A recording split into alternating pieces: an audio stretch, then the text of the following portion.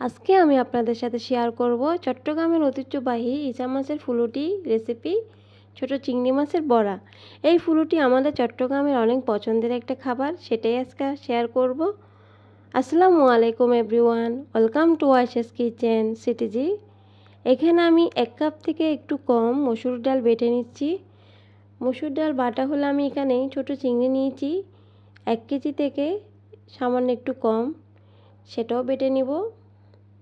আর পাটায় বেটে নিলে খাবারের টেস্টটা বহুগুণে বেড়ে যায়, এই আর কি। আর চট্টগ্রামের ঐতিহ্যবাহী ওরস বিরিয়ানি রেসিপি আমার ইউটিউব চ্যানেল এবং ফেসবুক পেজে আছে, আপনারা চাইলে দেখে আসতে পারেন, আমি ডেসক্রিপশনে দিয়ে দিব। আর যদি ভালো লেগে থাকে লাইক কমেন্ট শেয়ার করতে ভুলবেন না। এখন এগুলো বেটে নেওয়া হলে আমি মিক্স করব কিছু মশলা দিয়ে।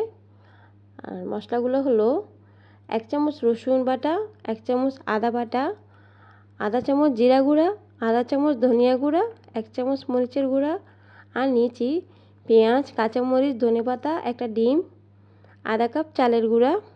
এখন সব আমি এক করে মিক্স করে নিব। পরিমাণ মতো লবণও নিয়েছি। কাঁচামরিচটা আমি এখানে বেশি দিয়েছি পরিমাণে, প্রায় 1 কাপ থেকে একটু কম হবে, কারণ কাঁচামরিচটা দিলে অনেক মজা হয়, আমার ভালো লাগে। আপনারা চাইলে কম বা বেশি দিতে পারেন।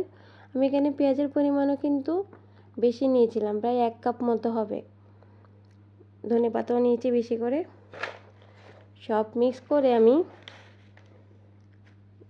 নিব, দেখতে পাচ্ছেন। আর আমার ফুলুটিটা অনেক মজা হয়েছিল মাশাআল্লাহ, গরম গরম ভাতের সাথে খেতে অনেক ভালো লেগেছিল। আমার রেসিপিটা যদি ভালো লেগে থাকে আমাকে লাইক কমেন্ট শেয়ার করতে ভুলবেন না। আর কেমন হলো অবশ্যই কমেন্টে জানাবেন। এই যে আমি তেলটা গরম করে এখন সব দিয়ে দিয়েছি, দেখতে পাচ্ছেন।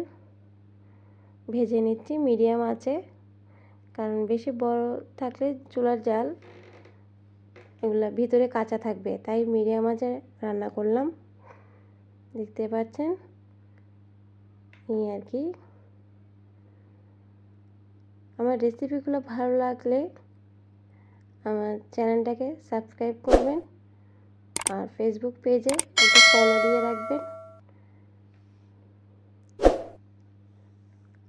আল্লাহ হাফেজ।